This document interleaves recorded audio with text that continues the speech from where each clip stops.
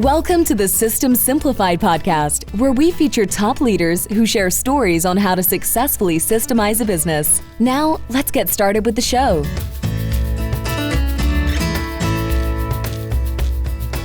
Hello, Adi Klevit here with the System Simplified podcast, where we interview top entrepreneurs, founders, and thought leaders about systematizing a business.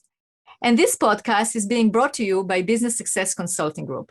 At Business Success Consulting Group, we create custom processes and tailor-made business systems so businesses can thrive and grow. And today's guest is Sunny Sassaman. Hi, Sunny. Hello, Adi. Great to have you on the podcast. Thank you. So, Sunny, you are the founder of ADR Group Northwest, and you are a conflict management and dispute resolution consultant. And I know you're very experienced. You have over 25 plus years of experience dealing in that subject of dispute resolution and conflict management. And I'm really excited to talk to you today because we're going to discuss the process of dispute resolution, and also talk about systems and how having systems actually help employees in terms of avoiding the conflict, right? Or making the less conflict and less of a dispute, or how does it actually help with the dispute resolution? So again, thank you for being here. Thank you. My pleasure. Yeah. So let's start with talking about the process behind dispute resolution. Process. So an organization there's been studies that have been done that a lot of leaders and managers find themselves spending a lot of time dealing with interpersonal conflicts between their employees. And if you look at a lot of your job description, if you're an entrepreneur and you're running your own business, it's like, does it say in there, I'm going to spend 40% of my time, resolving conflicts within my employees? Is that really what I signed up for?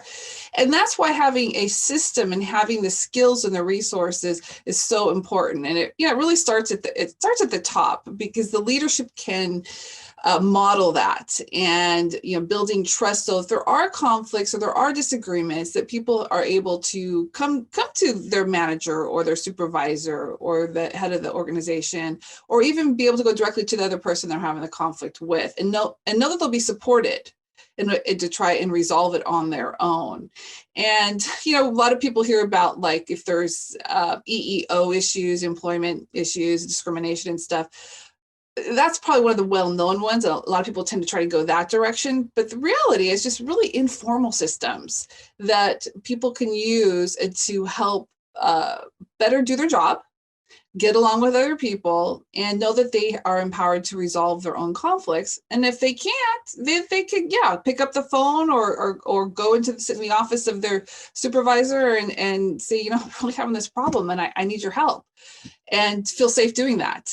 And so that's kind of a culture of the organization as well, of how they deal with conflict and disagreements. It's very true. It is part of the culture. So give an example of a good system for dispute resolution that you encountered in organizations. So a good system. So it is having I don't think there's a one size fits all. So right. What I would say, and this is from the experience of working really more with the federal government, because the federal government really does embrace having alternative dispute resolution, ADR services in place. They're actually a really big supporter of that, believe it or not. So lots of times in workplaces, we'll have folks like me who are there on staff to be able to be that resource.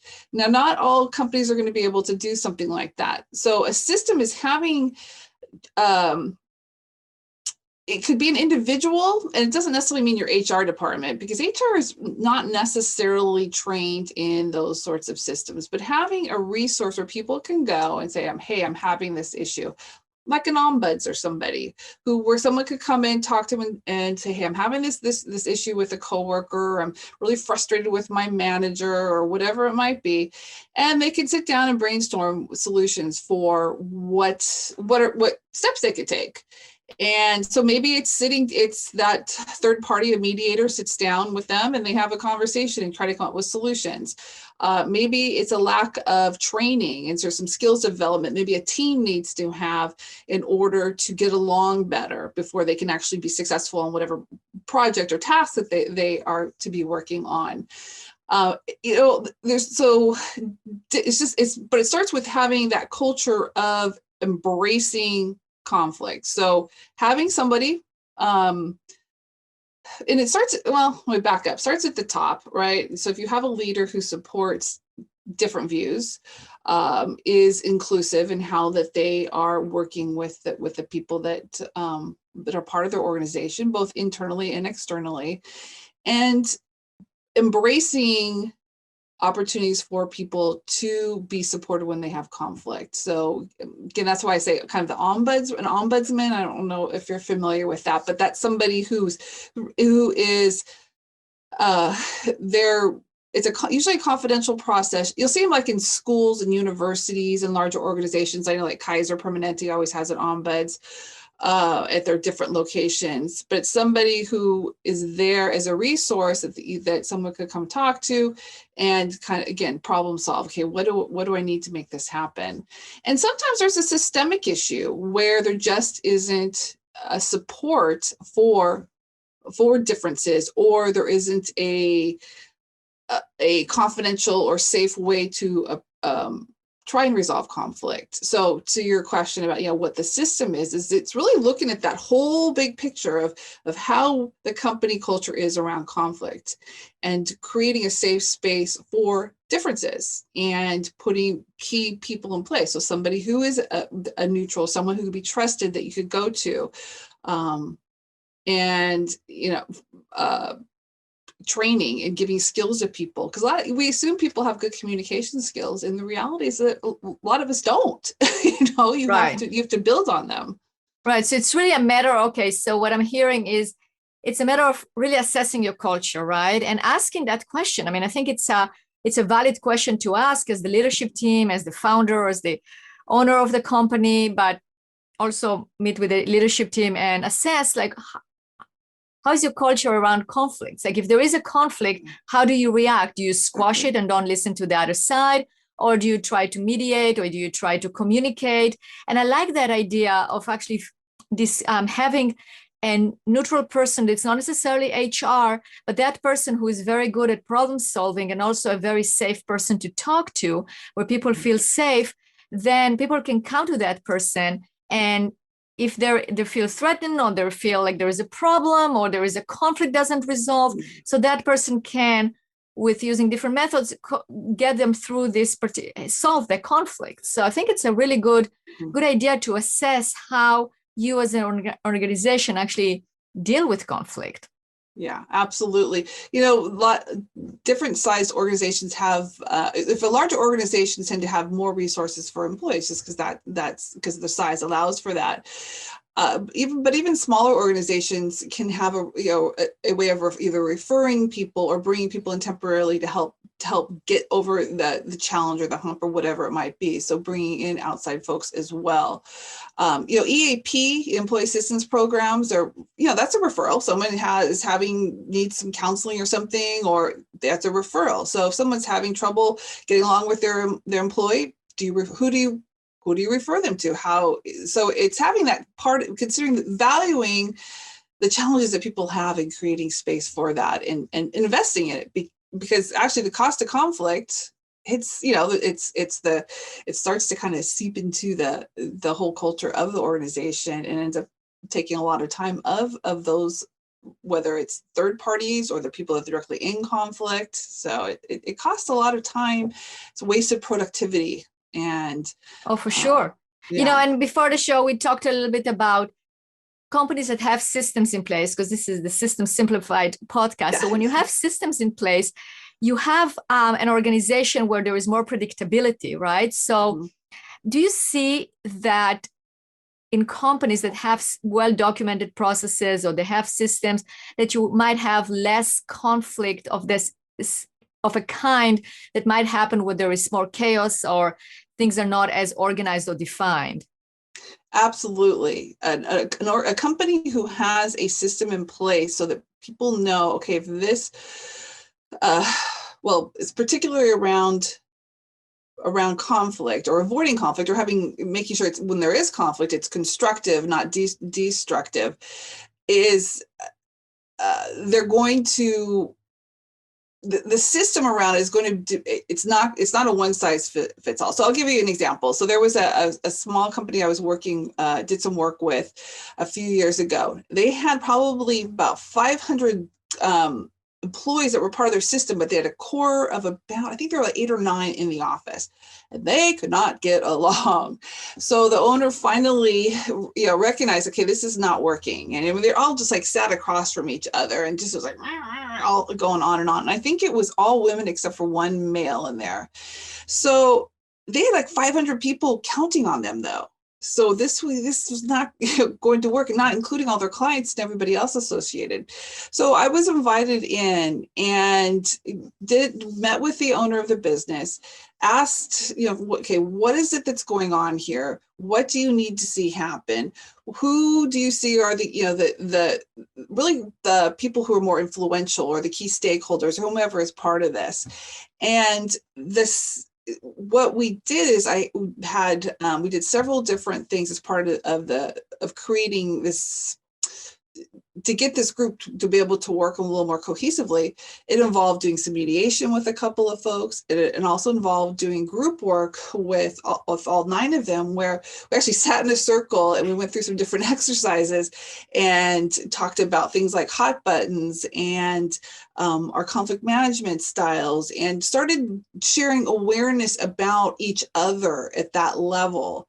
And what it did, it created some common language and opportunities to say, hey, that's right, you're an avoider, but hey, I'm someone who likes to accommodate. So wait, maybe we better let's go back and revisit these decisions that we're making, because I'm giving in too much. And so creating common language, and so part of the system is having ongoing training and doing trading off leadership of different, whether it's a team building or team meetings, so everyone has an active role when you're making decisions, and making sure people have the support they need to be able to have the conversations, the difficult conversations that they need in order to be successful. And so part of the process is actually having training in place, and also a way of seeing if the training is working, or more training is needed, or some kind of a quality control. I guess you will measure it by the number of conflicts, or the number of conflicts that were resolved, and by also measuring the atmosphere. What is the atmosphere in the organization? Yeah. What do you think is a good measurement to see if you actually have a toxic environment, or a good environment, or a good culture? Like, how do you know when you walk into a company? How do you assess that? Wow, that is such a great question. I have walked into organizations where people have come right up to me and, let me not make it about me. I've walked in an organization where I see people are kind of working together over here, or there's smiles, there's kind of an openness. That just is a temperature check. It's like, okay, there is some collaboration, there's some trust here. People are talking to each other. And then I might go around the corner and there'd be the group where they're all like this. No one looks up. No one's, acknowledging each other. And, kind of a lot of sense of avoidance about interacting with others. So you could have with an organization, you could have a group right here that's working really well, but you have another one over here that's not. And so it's how do you bring everybody into alignment? And the toxic nature of what I've seen is that it impacts other people's ability to get their job done. And so then people are on the clock, or they're not getting deliverables out, or it gets outside the organization, becomes more public. It has a lot of different impacts. So for sure. So the culture affects the productivity. We know that. Mm-hmm. And the systematizing helps. You need a culture, you need the systems, you need all of it together. But basically what you're saying is you will know, right? You will know if it's a good atmosphere or not. So what I'm hearing is, go in and observe, right? And sometimes perhaps when you are, because you're coming from the outside in, and where you're in inside and you're experiencing it day in and day out, you kind of go, what is it, me, or is it the environment, or what is going on, right? And it's where is it coming from? So it's good to get an outside perspective, like yourself coming into a company, to actually evaluate how are we doing and what do we do in order to resolve the conflicts, because you will know when conflicts do exist, right? Yes. And there was a hospital I did some work with also, where we did focus groups. So we brought in different, like, small groups, because the administration knew there was a problem, but they couldn't figure out what was going on. So sometimes so you might know as the leader of your organization that there's, something's just not right, but I can't figure out what's going on. So being open to getting some feedback, and because there's a culture of mistrust, people, are not going to go directly, your employees are not going to go directly. So by doing this focus group, I was able to ask, I had to get trust with the group too, because they're like, well, wait, leadership sent you, why are you here? But just really explain that it's confidential, what I am going to share. There's no names, there's not going to be anything that's going to identify who said this, but I was looking for themes. What are some themes here? And that's the information that we gathered through these focus groups, which I think I did about 5 or 6 of them, and then summarized that, and I gave it to leadership. So they knew there was a problem, but they weren't sure what it was. So here's some themes, and then let's talk about some systems we can put in place to address these different themes that are causing conflict and help get your organization back on track. Right. Well, Sunny, this is definitely a lot of great information that can be used by business owners right away. Some of the takeaways is, if there is conflict, it has to be resolved, but provide a system to resolve it. So it might be some neutral, or some person in your organization, not necessarily HR, that can act as the that particular person that you can come to and help resolve problems. You can hire an outside consultant like Sunny, in terms of coming in and assessing the situation, and then creating basically help resolve the conflict. And after that, you have to follow it up with a system of what is your system for conflict resolution. If conflict happens, what are the steps to take? So people know, I think even just by knowing that there is a solution, that there is a way to resolve those conflicts, it goes a long ways, because the employee feels safe, and also the employer, right? Because they know that they can't, it goes both ways. There has to be a way to actually resolve those conflicts. So I think it's absolutely very insightful. So in closing, can you tell us about a success story where it was rough? It was one of those that you thought you never resolve that conflict, and you managed to resolve it, and everyone lived together happily ever after. Oh my goodness. So there was a situation where I was invited in to do it was more facilitation, and this was working with the Department of Land and Natural Resources, and there were some issues going on with this public beach area. And there were at least 12 different interested groups that used this beach and were impacted because the rules were like for 25 years ago. And, now when, the people are out there, use the beach for different reasons. Now there's motorized, there's windsurfers or whatever that were using this space. And we did over a session of 4 different meetings, pre-meetings with the leadership there, or the organizers from DLNR, getting the folks in. I had about 24 people sitting around this table, all with different perspectives, because this involved fishermen, it involved families, it involved all these different things.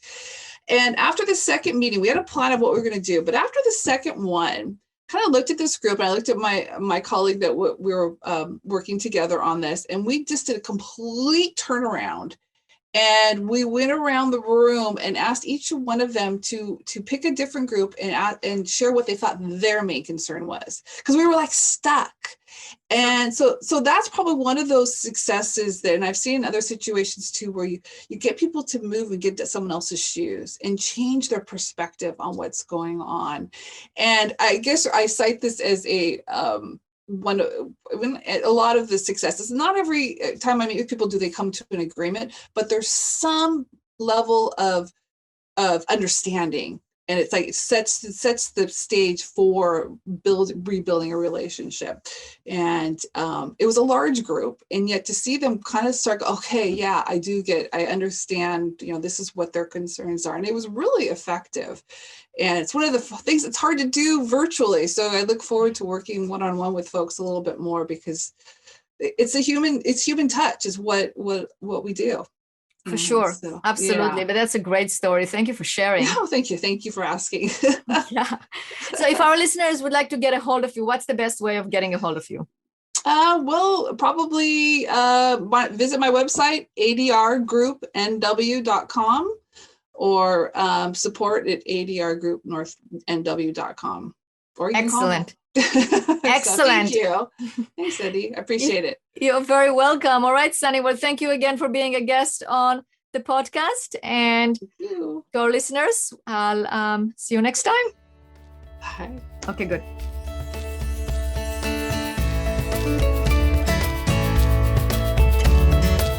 Thanks for listening to the System Simplified podcast. We'll see you again next time, and be sure to click subscribe to get future episodes.